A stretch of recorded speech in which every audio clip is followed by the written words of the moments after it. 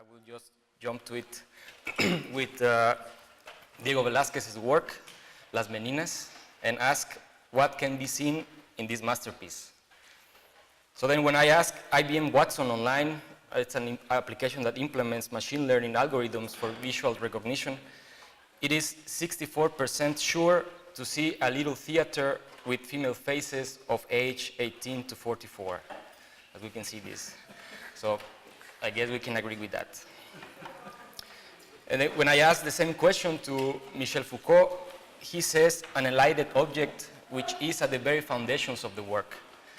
An essential void surrounded by others. Velázquez himself, the turned canvas, La Infanta and company, the mirror and its reflection, all of them pointing to that which in a traditional sense is not there. And I sympathize with that. While both answers are relevant in their own terms, what I find interesting when they are placed next to each other is, on the one hand, Watson's instrumentality, that is today changing the way we think about science, and on the other, Foucault's capacious jointing of these elements, with which he questions the common grounds in which we traditionally compare objects in the world. Because even when they both see elements in Velázquez's work, they don't treat it in the same manner. Foucault and other authors are interested in what the elements and the relations can do and tell, locally and vividly, as the masterpiece is alive and talking to him. While Watson is interested in recognizing what the elements are, globally and taxonomically, as its success is measured by the accuracy with which it links these elements to global definitions. In this talk, I will argue that to treat architecture with Watson's instrumentality, but in a similar way than Foucault treats Velázquez's work, reopens questions in architecture that their answers or the mere engagement with these questions challenge the way we articulate architecture today. To this, I will show 3 applications that I developed with which I engage with these instruments, with other capacious jointings as Foucault's, and with architecture. So this is the setup. Watson is a computer. It competed in the TV show Jeopardy against 2 long-time and human winners, and they lost. So here Watson shows many abilities. It understands speech in English, sources all the text in Wikipedia, learns from it, puts together some answers, and selects the most probable correct one, and tells it back. These machine learning algorithms, like those implemented in Watson, are about getting computers to learn without being explicitly programmed with that which is supposed to be learned. So, for example, if I want a robot to cross the street, instead of programming the rules that as a child I was introduced to when I wanted to cross the street, something like position yourself in a good place, check both sides, and if it's clear, do it. If not, wait and repeat until it's clear, then you cross. So instead of this, I tell the robot, here are 1 million observations of people successfully crossing the street. Just learn and do it. So these algorithms are implemented in applications around us today, in our email box that automatically detects email spam, in web search engines that autocomplete our queries, or in Spotify that suggest what to listen to next. One of the reasons for these algorithms to be prominent today is the large amount of observations that are available online today. So the more they observe, the more they learn. Observable architecture in these terms is not an exception, as the web accommodates hundreds of billions of documents about anything. On the web and its communities, architecture learns about events, commissions, development of projects all around the world. Traditional magazines become computational magazines and are available online. New issues, the old issues, images, projects, theories, critiques, interviews, manifestos. And with projects like Google Books, an index of thousands of architectural books, the index is available to consult, and with one click, we have them in our devices. But it's not only the observable that can be sourced from the web, but also the instruments to learn from it. Open source libraries like scikit-learn, TensorFlow, or SumPy, these last one developed in our research group, are available online as well, along with tutorials and communities for open collaboration, Stack Overflow, GitHub. So the observations, the programming languages, the integrated development environments, the libraries are there to learn and to learn from. So this is the stage for the following applications to which voices with capacious articulations will join, and we will address architectural questions. So what happened on the day of Pentecost? There were around 120 people gathered in the room out of every nation under heaven, speaking in their own language. From outside the room, there was just noise, but inside, everyone miraculously heard his own tongue. People were confused. These men are full of wine, some said. They settled down and talked about the wonders of God. Today, communities of billions of active users constantly talk to each other online, from all around the world in different languages about anything. The applications that engender these communities make communication between them easy, so that within the whole, one is found in places for understandings, same languages, similar interests. Without these applications, a community exists in the noise. They are an intermediary, a third between users. So what is received is what is sent, plus, minus them, the observers. The day of Pentecost presents a model of communication that reduces the third to a grain of sand. If this is so, if there's no third, how fundamental then is the role of an intermediary for the engendering of an online community? What kind of new scenarios would open up if we were to source the information that circulates directly? If there's no intermediary, who is there to regulate? Can anyone just start talking? Could we hear all the voices? In the book The Parasite, Michel Serres presents a philosophy for a natural economy based on parasitic relations between all things of the world, regardless their established ontologies or categories. That is, regardless of being objects that belong to science, religion, history, society. With a Pentecostal model of communication, he reduces this third, this parasite, the interpreter, the mediator, to a minimum, and presents the new abilities that these liberated parties gain. To discuss such model, he places it next to other two, of Leibniz and Hermes, that sequentially replaced each other, touching on their abilities and limits. So the first model was introduced by Leibniz, who explains the nature of the substance that is present in all the things of the universe, the monads. A monad is, quoting him, a simple substance which enters into compounds, simple meaning without parts. They have no extension or shape and are not divisible. These atomic elements aggregate into things. They interact, crisscross, they talk to each other, so every monad expresses all the rest and mirrors the universe. But even in this all-connected condition, every element relates to the rest through a unique intermediary, so that, quoting him again, the influence of one monad over another is merely ideal. It can have its effect only through the intervention of God. An image of this model's network is centered, as talks go from the plural towards the singular, from the local towards the global, and God is in the center. It renders for Leibniz a perfect assemblage where sources and destinations are predetermined, and the noise between them is at its minimum. So Leibniz's model seems to resonate with Shannon's model, as Shannon's goal was to calculate the correct sequence, the optimum between source and destination, something like to purify a channel between a monad and God. The problem was formulated by him as the exact reproduction at one point of a message at another point, given established source, code, and medium. The source encodes and sends a message, and the destination receives and decodes it. A talk happens only when the noise that may have been added to the message while the moment of transmission is reduced to zero. The second model of communication is Hermes's. Hermes, son of Zeus, was more than a messenger between gods and humans, as he acted on his father's behalf several times. In the Iliad, when dead Hector's body was not given the proper rites, the gods urged Hermes to steal the body with his agility from the captor, Achilles. But this was not Zeus's way, though. Zeus sent Hermes instead to Achilles and do politics on Hector's body. Hermes is in any crossroads and exchanges. He holds the unique position between two parties.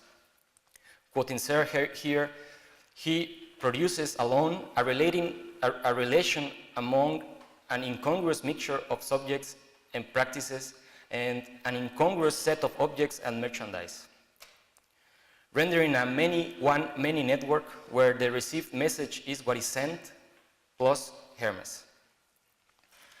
Such model resonates with the application, for me, with the applications that today engender communities online, like Facebook. Facebook's designed the way in which users talk to each other online, giving them little or nothing to say about how they act. Something like, here is a home button, push it, and it points you to a space to talk about anything. This is your face button, points it, and there's a space to talk about you. Here, there are some friendly people to talk to. From 2 billion active users, each one is found in a comfortable and familiar space, where the unpleasant goes away with one click. The applications that engender these communities carry the messages, listen to all the users, record these messages, model the messages, and create new values from them. The limits of this model seem to be in the ability to listen, to observe, and operate what the community is saying, because Hermes performs as long as there are messages to carry on. But what happens then if a speaker is heard as is? Can the many be connected to the many without this intermediate? On the day of Pentecost, the apostles and the community gathered to celebrate God, the common exchanger. They did not share a common tongue as they came from many lands, but suddenly fire came and sound filled the whole room as of rushing mighty wind.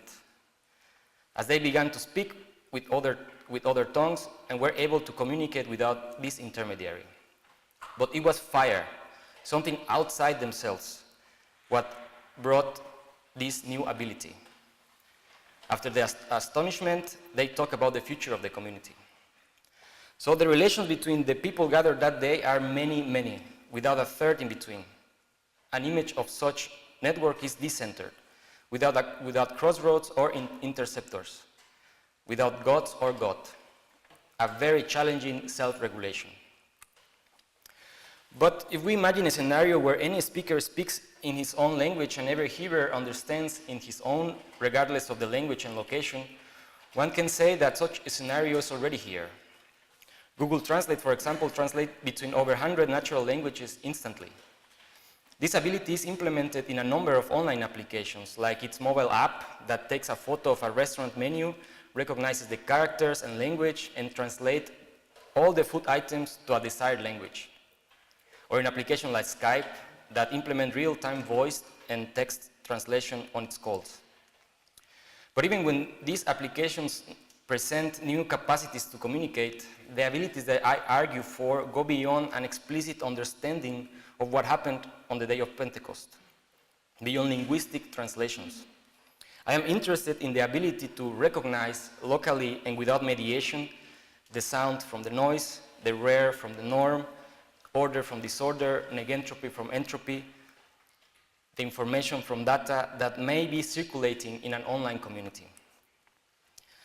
In architecture, we can think of a Pentecost-like model of communication when we have the ability to talk to a building, for example, without an interpreter or beyond an authoritative articulation of the building. To engender such a moment, we should agree that any building emits, receives, stores, and processes information, and that any sequence of information, any construction, any rationality is part of the building stock, regardless of its origin. In today's global condition, a Pentecostal model of communication would aim to give voice to a building by celebrating the abundance of information that it emits, receives, stores, and processes. But similar questions have been formulated by our contemporary architects. Peter Eisenman, for example, sees in text a strategy to liberate a building from an authoritative reading, that is, from a correct relationship between the building and what it signifies. Something like, we don't see the same thing when we look at the same building, but it's fine. Celebrating the information that a building emits. So the multivalency of text, the impossibility of a single unique reading, is liberating for him, even when an architecture of text is unnatural for him. Do architecture's time and space specificity and presence. By dislocating architecture with text of between the building's origin, between the authorial value and a thick object, Eisenman aims to free a building from its specificity. To do so, to develop this idea, he looks at what happens in films, where these dislocations are natural, he says. Quoting him, film is the essential action of a dislocated place and time because it always has at least two times and two places. The actual time and place of watching and the narrative time and place. As an example, he analyzes David Lynch's Blue Velvet from late 80s, which narrates a story from early 50s, but includes strong elements from late 50s and even the 60s, suggesting that the linear temporal structure of the film is dislocated, and that the consistency of the film, the mastership of the narrative, is beyond specific time and space. We would say beyond the thickness of a building. Eisenman recognizes the violence that it presents to a building, to all its former articulations, because if the ability of a building to speak about anything is celebrated, then origins appear without control. Its foundations are set in motion, truth multiplies, doubt is introduced, authorship is questioned, and centralities vanish. In other words, the old values introduced by an authority, the well-established stabilities, they stop working. His solution is to formalize the abundance of information that a building may emit through a production process, introducing machine-like diagrams as generative devices that make material-specific and taxonomic the building's dislocations. These diagrams claim to be the architect's device to unveil the building's interiority by placing layer by layer an accessible history of a building. This view is actually shared, in my opinion, by other contemporaries who similarly introduced drawings that propose to transcribe an architectural representation of reality with the explicit purpose to reproduce things normally removed from conventional architectural representation as a way to access, again, the object's origin. Or with machines that propose fundamental recollection and retrieval of architecture that once set in motion, the history of architecture, the program, or poetics can be interpreted. A Pentecostal model of communication then should aim to keep alive the building's abundance of information and to try to establish new stabilities without an authority or taxonomy, but from this abundance. As we celebrate the different readings of architecture, we also celebrate every architect's own definition of architecture. Do we sympathize with all of them? Probably not.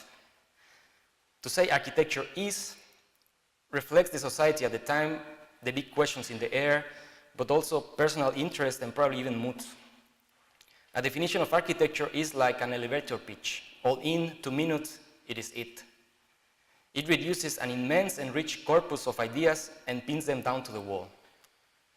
Now let us imagine another situation where we can talk about what architecture is non-stop.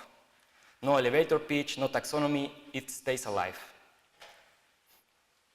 Talk, after image, after metaphor, after photo, after project.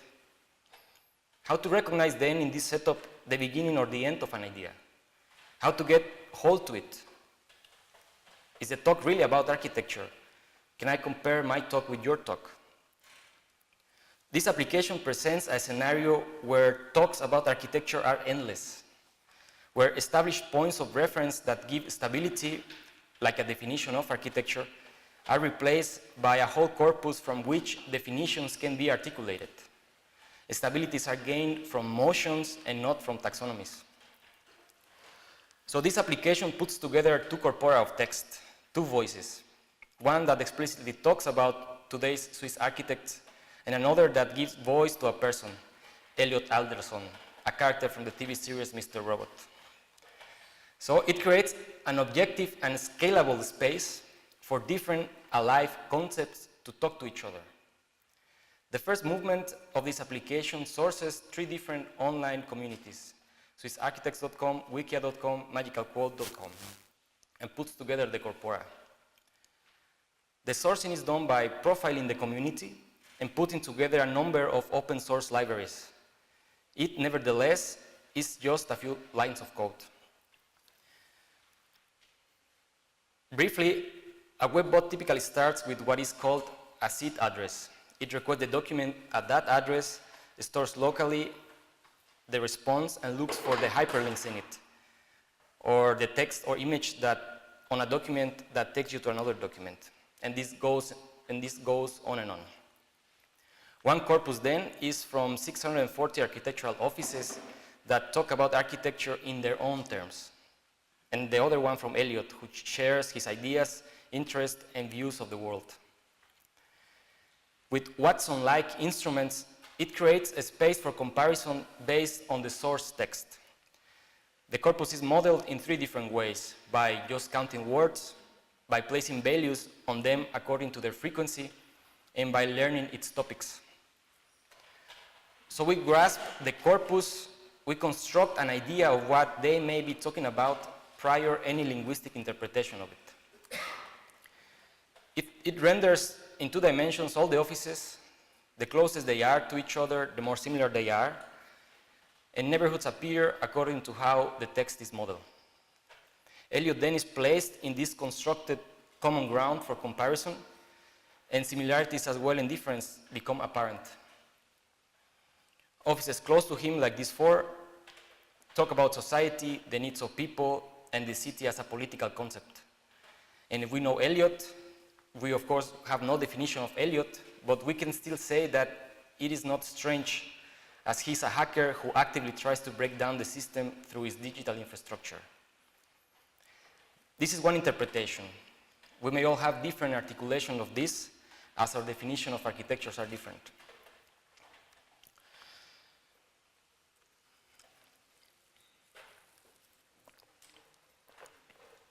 Now, how do physicists deal with the interaction of elementary particles today?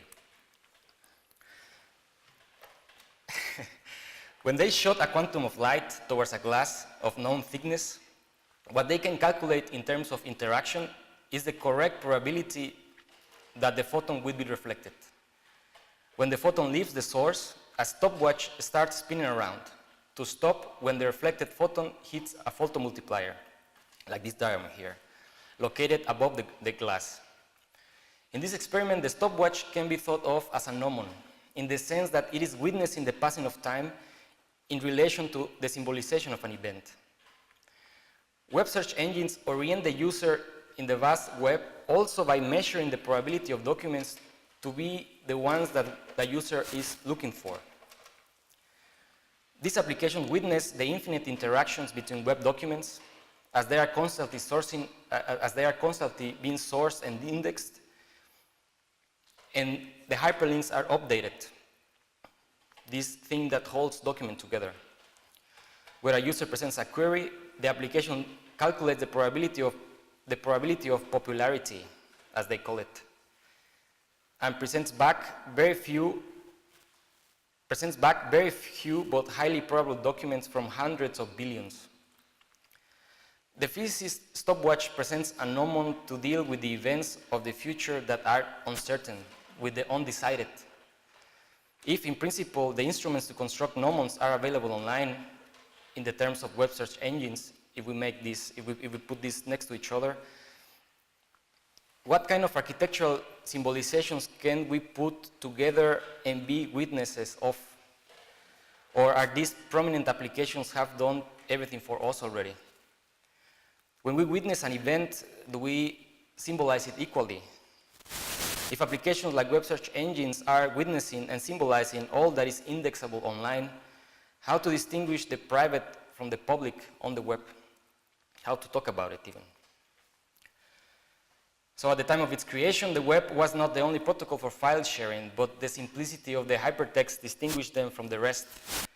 The idea was to develop a system for fast and easy sharing of documents, where anything could potentially be connected to anything, making the connection between documents more important than the content itself, and excluding any explicit causality. Servers, clients, and information and data joined without a center or control point. Today, there are over 100 billion of web documents online. The web search engines were introduced almost in parallel to the web. The indexes of these were human-maintained though, making it slow and expensive the witnessing of these events on the web, and making the correlation between query and a short list of web documents very inefficient. What drastically changed the performance of these applications was the introduction of Pagerank, a probability distribution whose origins can be indexed at the beginning of the 20th century.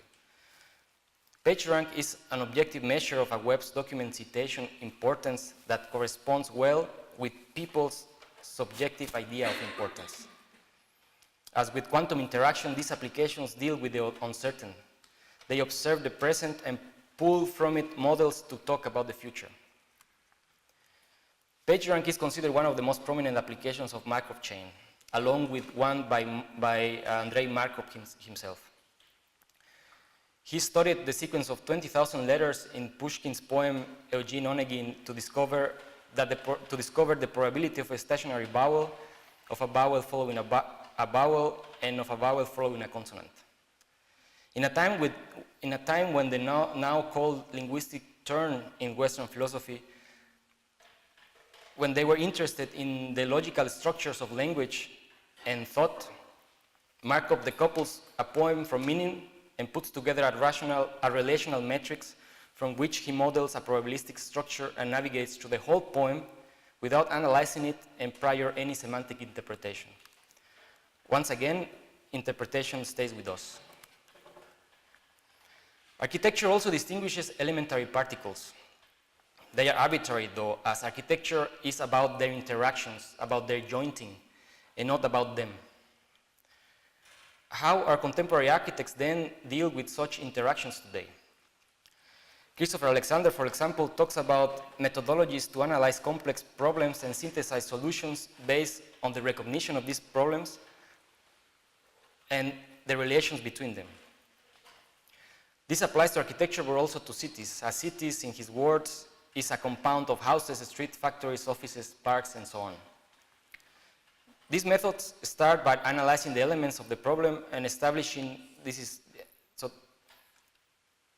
method starts by analyzing the elements of the problem and establishing causal relations with a potential solution. The problem is solved when the misfits between causalities is at its minimum, when the system is brought into balance. Others celebrate the analogies between language and architecture. Elements then are words and follow certain grammatical rules. They identify languages, vocabularies, and grammars in buildings and present methods to create language-like structures to design and build, suggesting that a building can be analyzed and further understood by identifying its vocabulary and the meaning of its elements. Giving meaning to the elements determines if and how well a building speaks a particular language. Others also think of these elements in population, influencing each other in time. They animate elementary particles by giving them the ability to interact, to talk to each other about themselves and their context. Animation implies the evolution of a form and its shaping forces. The interaction that the elements have, though, follow functions and rules and are in a well-established physical quantities: length, mass, time, temperature. Others consider the most capacious interactions those that have the biggest impact on society, whatever they are. The elements in this articulation, the elements are to communicate in an enclosed environment driven by experts, where any influence from the outside, from the non-expert, is regarded as a small talk. In a complex society where causal relations cannot be established anymore, did it ever, the way to find stable interaction for this is by closing up architecture, by becoming more specialized, by being specific, by going in depth, by closing the borders. When addressing the abundance of online information circulating on the web and its communities, a stopwatch-like gnomon would witness the infinite circulation in relation to a symbolized architectural question. Such gnomon would aim at capacious interactions, joints, articulations between elements. However, they may be symbolized. The next application addresses a content sharing platform, Tumblr. Tumblr is a blog-based community online where members put together blogs and collect posts there. These posts are about anything: stories, photos, GIFs, Spotify tracks, fashion, art, architecture. There are no predefined categories for a post. And with a couple of clicks, you can post and you can reblog, you can circulate. As of last month, it hosts over 350 million different blogs and over 150 billion posts. And it keeps adding. So this application constantly sources posts from the community by making simple HTTP requests or by the community or using the community's API. And it indexes non-stop whatever is circulating. This can be thought of as a moment of sourcing. Posts are indexically characterized. They are whatever they say they are and what its neighborhood says they are. They are defined in the community's terms. For example, one image post has a source, comments, likes, origins, and is part of a blog. The very same post may be reblogged and further commented somewhere else. The same image then is characterized differently, and it is okay. By playing with these characterizations, how we symbolize the post and positioning the user in relation to everything, this application has different abilities. In a first movement, the user grasps at the community's circulation without any prior understanding of it, without a specific expectation. It takes a number of non-consecutive posts, in this case only 120,000, which are plotted here. And using Watson-like instrumentality, similarities and difference emerge. Without predefining what architecture is, we can see it on the top right corner of the plot. These images are a sample taken from the up right corner of the plot. Or what art is. So then, that which is circulating is categorized. It further looks at these learned categories of blocks and then learns how they normally talk and gets hold to what is not normal. This movement puts together an updated collection of posts that can be thought of as rarities, without engaging with the contents of the category, nor with a predefinition of rarity. A normal talk about architecture, for example, is learned by observing the post comments and popularities. So further observations, the future is placed in relation to this learned normality. Normal is learned locally and is always changing. What now may be thought of as rare, later on may become normal. And it's okay. In a third movement, a concept is indexically characterized with the community's posts. The user in this case says what labyrinth is, like it is shown here, for then to be placed next to the community's circulation again. So when a post in this circulation, when the future comes, when this is similar to our architect's concept, it is kept aside. So a personal characterization of a concept has no end, since new posts can always be part of it. This movement shows that we can go from semantic definitions and general popularities to personal characterizations and local popularities. It presents a number of personalized daily stories based on the post circulating the day before and our privately stored interest.